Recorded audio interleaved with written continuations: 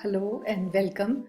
Today let's talk about academic counseling in open and distance learning.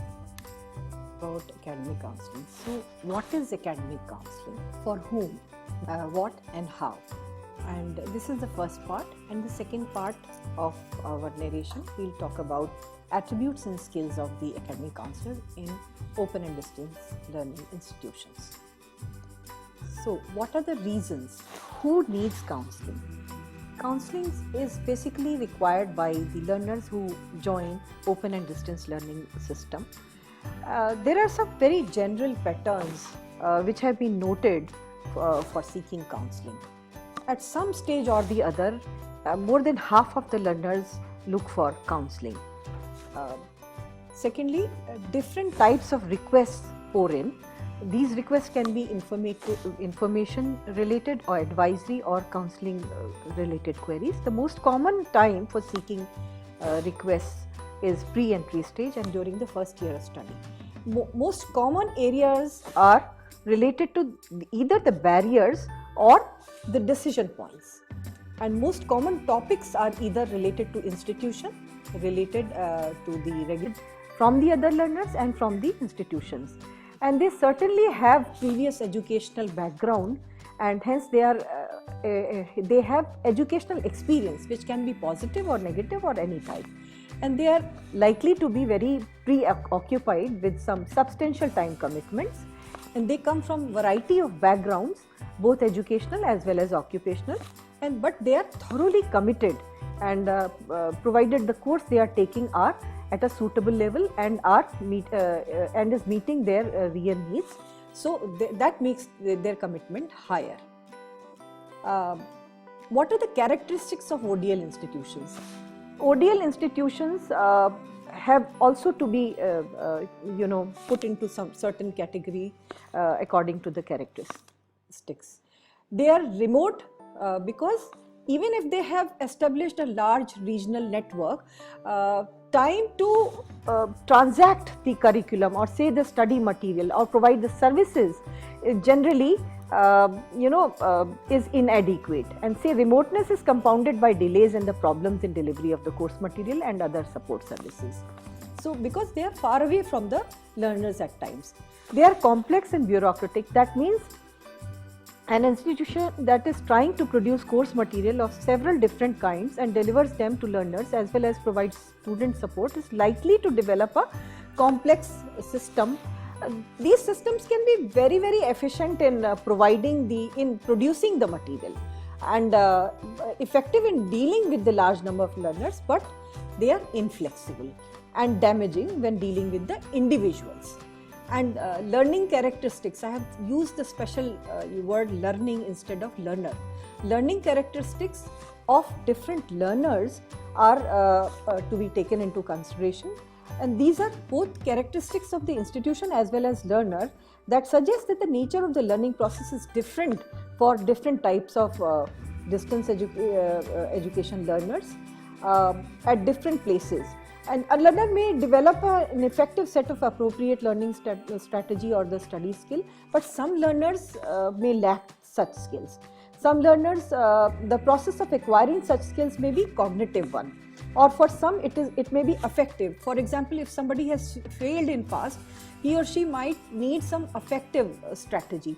So different appropriate strategies have to be taken into consideration while studying the characteristics of ODL institution vis-a-vis counseling. Now, when is counseling required? I have talked about the pre-admission stage. This is the stage when most of the learners come to acquire the learner support services, especially the counseling services. They need to know about the program choice, the course choice, and the instructional system. What are the regulations and what are the administrative part of it? How can fee be reimbursed or concessions can be given? And many weak learners, weak who are there economically weak under the economically weak section, or they are special category learners, demand administrative help. During the course of study, mostly the learner support subsystem in India conducts an induction meeting after enrolling the learners, where they tell about the rules and regulations and how to study with the institution. Self-learning material also needs interpretation and hence needs counseling. Media and strategies are to be employed while doing the counseling during the course of study. Support on practicals is required. This is very, very common in the practical based courses. Assignments need help and hence the counseling is required. How to write the assignment, how to submit the assignment, and what should be the important components while writing the assignments.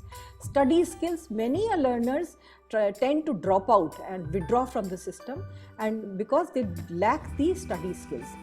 This is the most important part for which counseling is required or counseling should be imparted. Tutoring is one-to-one or say face-to-face teach important because study related problems can be solved through the tutoring only. Examination, when it is during the course of study, one has to appear in the exams, which is an important part of evaluation, and the assessments and result communication is also a part of evaluation when the counseling is required. After completion or say post completion, also counseling is required to get to know what careers one needs to take, and guidance is definitely required. And communication on the results and grades and degrees, this is the common part when the learners tend to come to the regional centers and to the headquarters, and if they face problems. Advice on the career advancement and job opportunities and what are the future prospects are required in most of the courses. And collecting feedback on the services is important for future efficiency of the system for the learner support system. So this is where the feedback has to be collected from the learner support system, from the learners in this learner support system. Now let's come to the forms of counseling.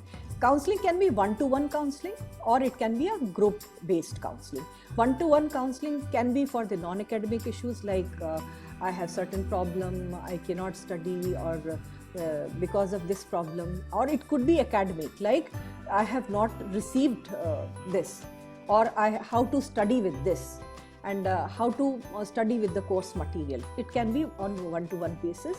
It can be at the learner support center level, it can be at the regional center level, or group counseling through varied techniques. It is possible at the learner support centers, or group counseling is also possible at any level of the institution when the functionary or they say the support staff is addressing the entire group, as I said in the induction meetings.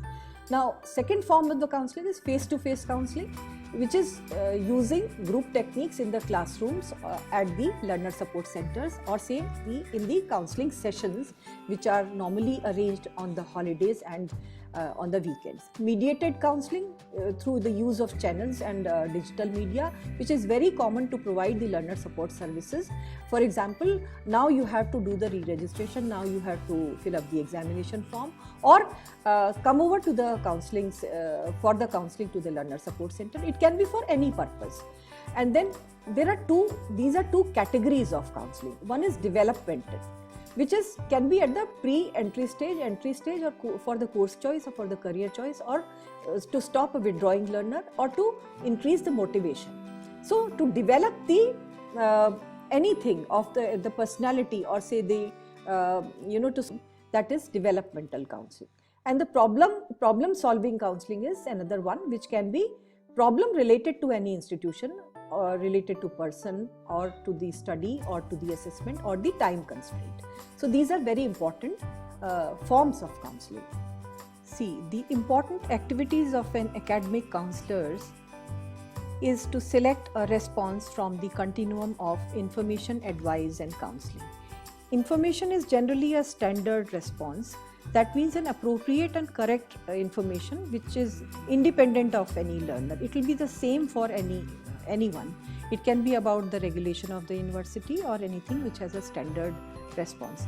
Advice is something which can have several responses, like information about possible responses and suggesting an appropriate course of action is called advice, and counseling subsumes both of these. this would imply helping the learners in understanding their needs and feeling or motivation so that they can make appropriate decision for themselves.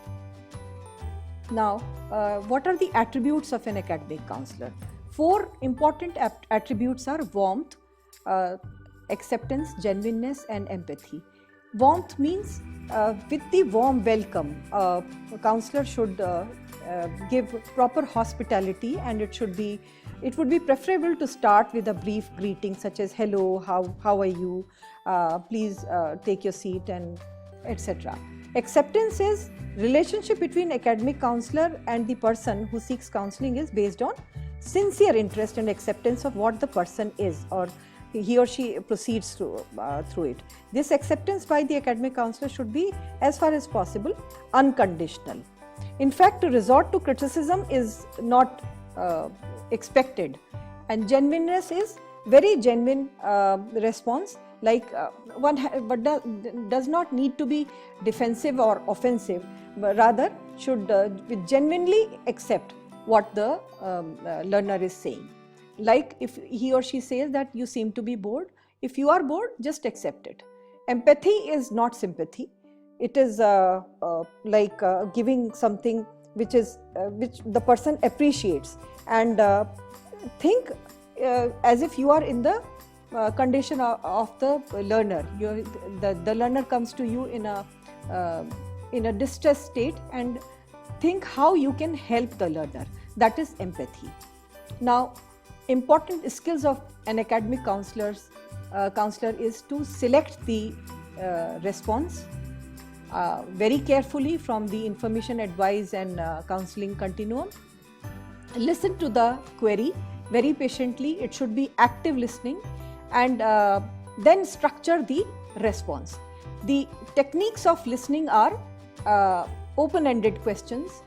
One should give some time to the learner to think and frame the question, acknowledge the condition of the learner, and reflect on the question by maintaining silence.